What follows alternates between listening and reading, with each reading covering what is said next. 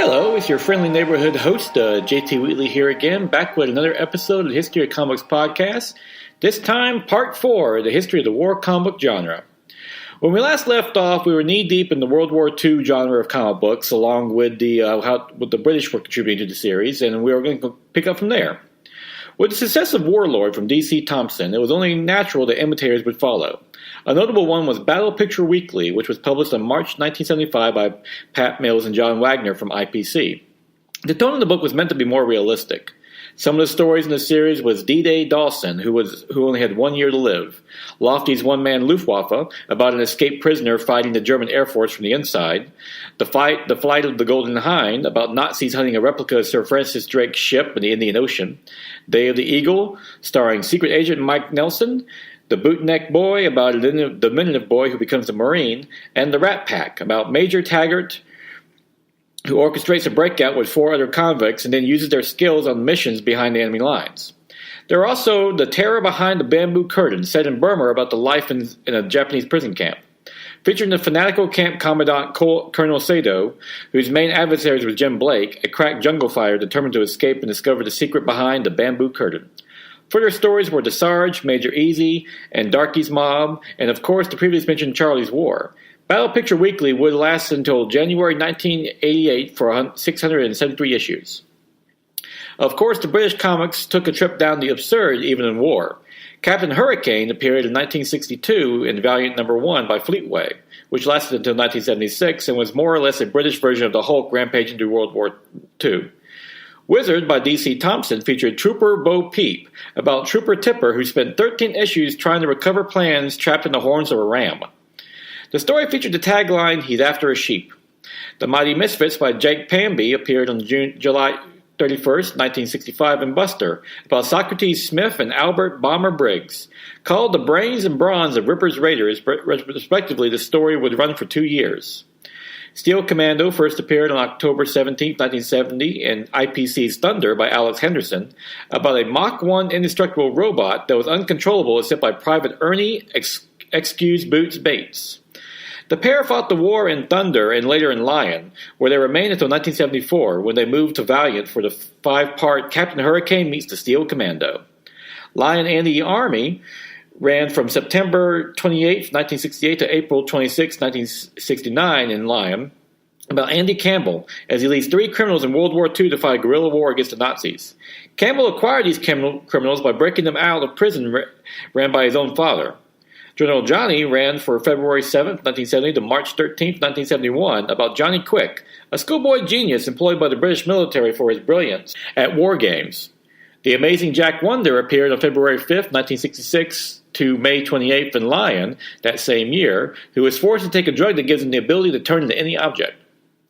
Many of these stories found their home in the British comic book anthologies, which continued to thrive in the country long after they went defunct in America. A notable one was Ace Rogers of the Submarine Salvo, who made his first appearance in Soloway's Comic Adventures Volume 3, No. 2 in 1943, who moved from fighting the Nazis to the Japanese. When the war ended, he moved on to being an amphibious adventurer. Air aces would be popular features as well, such as Battler Britain in 1956, Paddy Payne in 1957, and Braddock in 1961, along with some military teams such as the Phantom Force 5, who appeared in 1960 from Fleetway and Buster. About a quintet of military specialists, it would last until 1962. Killer Kennedy premiered in Jet No. 1 in 1971, along with Sergeants 4 by IPC, with the latter being an Englishman, Irishman, Scotsman, and Welshman. No, that's not 3 men walking to a bar, who all returned to Dunkirk to retrieve the British Bulldog banner. In 1975, Joe Bones appeared in The Victor, where he was also called the Human Fly due to his superb climbing skills. He would continue in D.C. Thompson's series until 1986. Battle featured Darky's Mob from August 1976 to June of 1977 by John Wagner and Mike Western, about the service in Burma. Dunkirk was a pivotal moment in World War II, and particularly in British military history, as the 2017 movie Dunkirk by Christopher Nolan illustrated, about the escalation of the British Army along with part of the French to England, which allowed the country to be defended from the possible Nazi invasion. Naturally, many comic books would tell this story. D.C. Thompson's The Victor ran numerous true stories, where spotlighting the crew of the Pegbourne in issue number 188 in 1964, or Sergeants Eates and Mitchell of the Royal Marines in issue number 533 in 1971. Many stories will also use the event as a springboard, such as Screamer of the Stuccos and Battle Picture Weekly from September 16th to December 23rd, 1978, about a 16-year-old boy, Jimmy Fletcher, who illegally joins the Royal Air Force so he could take his revenge against Otto Screamer, a German stucco pilot who killed Fletcher's family while they were helping Dunkirk evacuees. It later is revealed that Screamer was even reviled by his own fellow Luftwaffe pilots, who find his bloodthirsty tactics abhorrent. 2 years earlier, Battle premiered The Unknown Soldier, not related to the DC character, which ran from August 14th to October 16th of 1976, about Sergeant Tim Craddock, a.k.a. The Unknown Soldier, and 3 other soldiers trying to stop the German advance at Dunkirk. One of them, Corporal Dykes, shoots 2 others to escape, though Craddock survives with no memory of the incident. The 2 are later paired in a new military unit, with Dykes trying to prevent Craddock, now called Private John Smith, from regaining his memory. War Picture Library from Fleetway featured Fight Back to Dunkirk in its premiere issue in 1958 about the fictional Wessex Regiment who makes their way through enemy lines after being cut off due to the German advance. While the Germans were the enemy to the British during World War II, that didn't stop comic book creators from telling stories from their perspective. In 1977, Battle Picture Weekly merged with Action and eventually produced Valiant. In the new magazine, it ran Hellman of Manor Force by Jerry Findler Day about the Panzer Major Kurt Hellman and his German panzer unit in World War II. Based on Swan Hessel's novels, Pat Mills had to push for what was essentially the first German among British war comic book heroes. The series originally started in Action before the merger on February 14, 1976. It will be followed by Panzer G-Man on October 23rd of the same year, and also Panzer Grenadier Kurt Slinger, whose adventures on the Russian front were also chronicled in Battle Picture Weekly. Kampfgruppe Falken appeared in Warlord number 152 in 1977 about disgraced panzer officers sent to the Russian front as punishment. The use of the Russian front was a classic device for British comic book creators. It allowed them to tell German perspective of the World War II while not having them fight the British.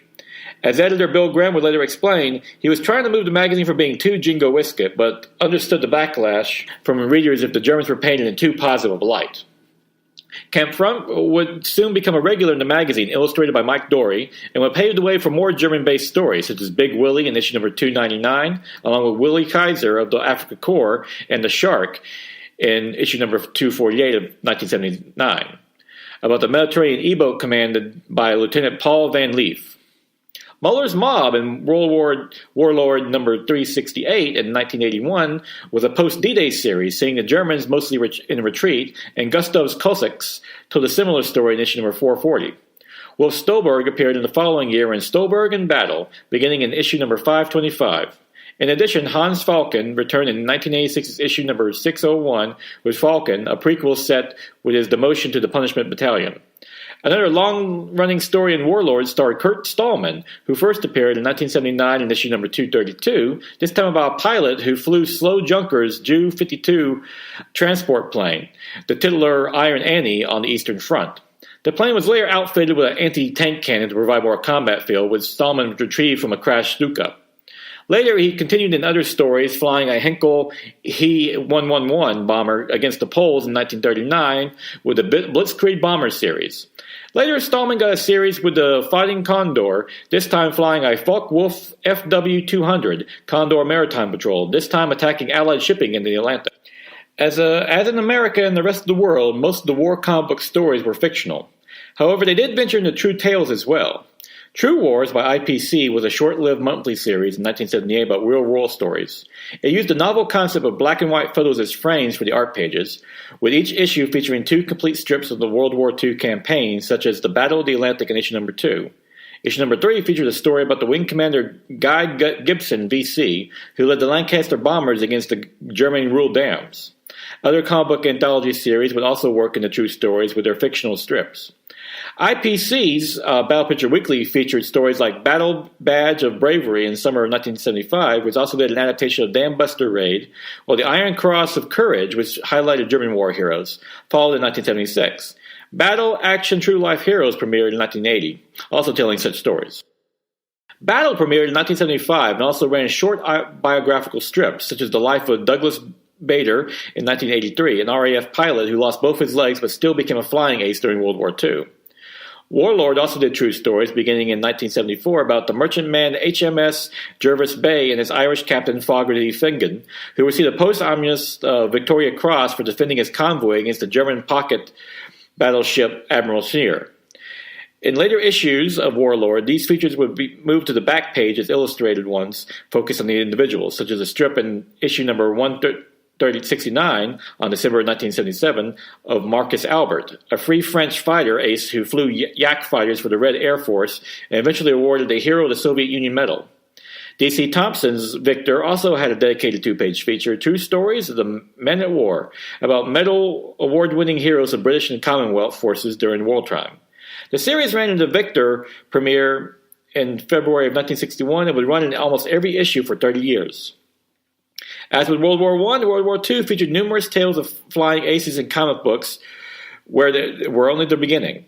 A notable one was Battler Bridlin, who premiered in Emigrated Press, issue numbers 361 of The Sun, on January 7, 1956, created by Michael Butterworth and illustrated by Jeff Campion.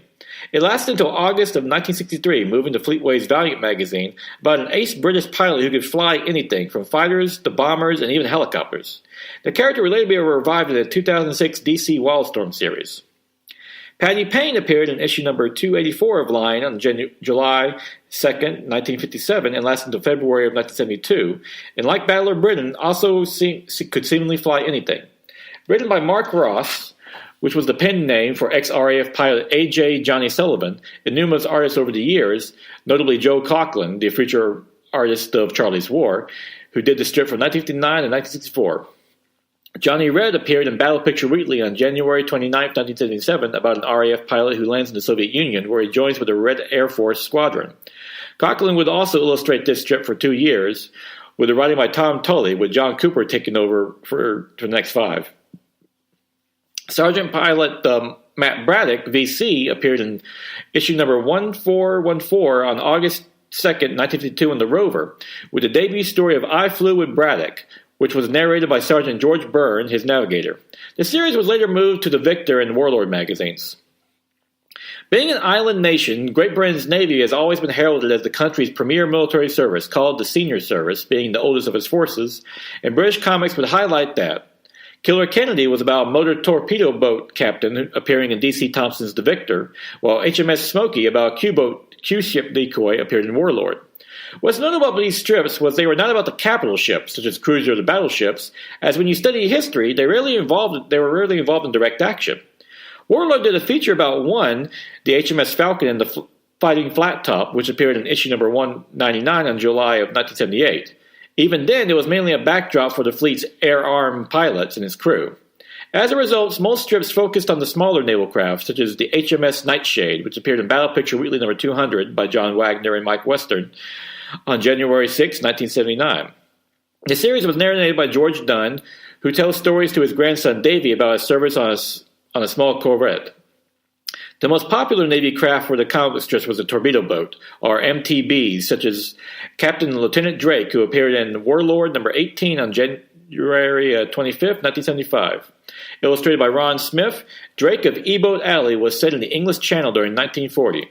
Proven to be pretty popular over its first 18-week run, the series would be revived in Warlord number 51 on September 1975 as Drake of the Malta, and then Drake of the Rising Sun in issue number 214 on October of 1978. The Korean War, which for some would be called the Forgotten War, despite 30,000 Americans dying along with countless others, was fought on the Korean Peninsula between the North and South Korea from June 25, 1950 to July 27, 1953, ultimately ending in an armistice between the two countries and their supporting nations. It would be a highlight for comic book stories, though not to the extent that World War II was.